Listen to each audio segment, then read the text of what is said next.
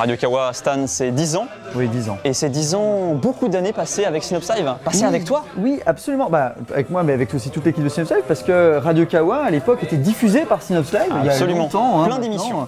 Plein d'émissions, et c'était assez fou parce qu'on était vraiment en direct sur internet à l'époque où c'était quand même pas évident. Oui, à faire de la diffusion en live, c'était c'était horrible. C'était horrible, on était amateurs, on avait commencé au lycée à l'époque. Avec des softs développés. Et c'était, oui, développé en interne, on faisait de la R&D, on s'amusait beaucoup. Mais bon, au final, ça marchait quand même plutôt bien. Mais bon, voilà, l'avenir a fait qu'on a plutôt préféré se mettre de côté pour laisser la voix, entre autres à Radio Kawa, pour grandir et devenir le podcast indépendant que le réseau de podcasts indépendants que c'est aujourd'hui. Chaque année, au milieu de l'été, quand vient la fin de l'été, on se met tous autour d'une table et on fait un grand moment de radio.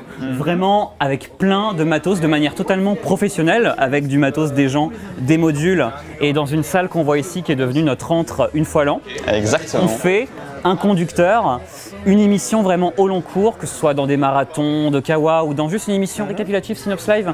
Quand la radio existait, il y avait un grand bilan annuel. Au niveau de Kawa, c'est sincèrement mon meilleur souvenir latent. C'est une fois l'an, ce moment au milieu de l'été. Mon meilleur souvenir Radio Kawa, c'est compliqué parce qu'il y en a énormément, mais si je devais dire un truc un peu fancy, un peu sexy, c'est le meilleur souvenir de Kawa, c'est tous les jours, c'est de voir que Kawa continue, on continue à avancer, il y a des nouvelles émissions qui se produisent, et c'est ça mon meilleur souvenir, c'est que Kawa continue tous les jours à exister. Alors Mago, ça fait 10 ans de Radio Kawa, et ça fait aussi super longtemps que tu nous aides à plein de niveaux. Tu as fait plein de trucs pour nous. Tu as fait des voix dans des jingles, tu as fait du web design, tu as fait du logo. Là on est à l'école multimédia, c'est un petit peu grâce à toi.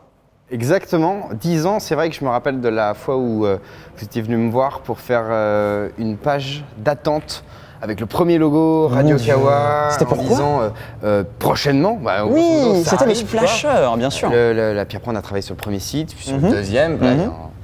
Ils ont pris la relève, vous avez pris la relève pour le troisième, mais c'est vrai que ouais, ça fait déjà 10 ans. En fait, je me rends pas compte, là tu viens de me le dire, et c'est assez dingue, l'évolution du petit podcast network jusqu'à ce que c'est devenu aujourd'hui, englobant les jeux vidéo et tout ça, chose qu'il n'y avait pas à l'époque. Le généraliste, enfin voilà, il y a de la culture, il y a de la technologie, il y a véritablement de tout aujourd'hui en 2017 sur Kawa. Autant d'émissions, autant de contenu de qualité, personnellement ça m'impressionne à chaque fois.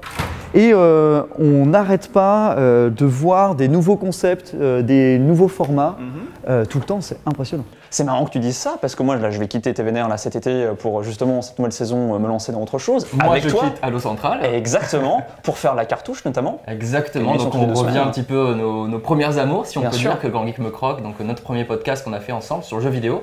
Et là on revient du coup au jeu vidéo. C'était en 2011. C'était pas encore avant 2011 2010 peut-être? Je sais plus trop, faudrait voir dans les archives. Je crois que c'était 2011. Je crois que c'est 2011 parce que c'est juste avant les tauliers qui s'est également lancé en été 2011. Donc c'est ça, voilà, 6 mois exactement. Et puis il y a plein de nouveaux podcasts également, il y a 3 ou 4 nouveaux podcasts, voire même un petit peu plus cette rentrée-là.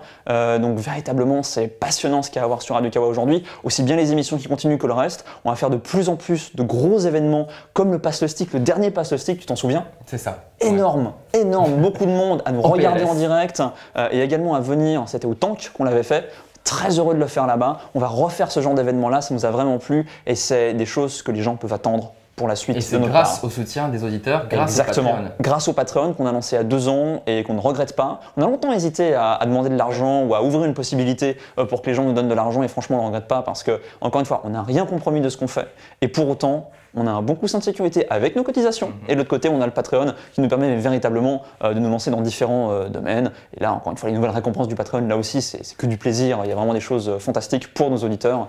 Je pense véritablement que ça, c'est l'année maintenant que toutes les personnes prendront comme exemple pour aller dans le Patreon. Je pense vraiment qu'on a les meilleures récompenses en 3 saisons. Ouais, clairement.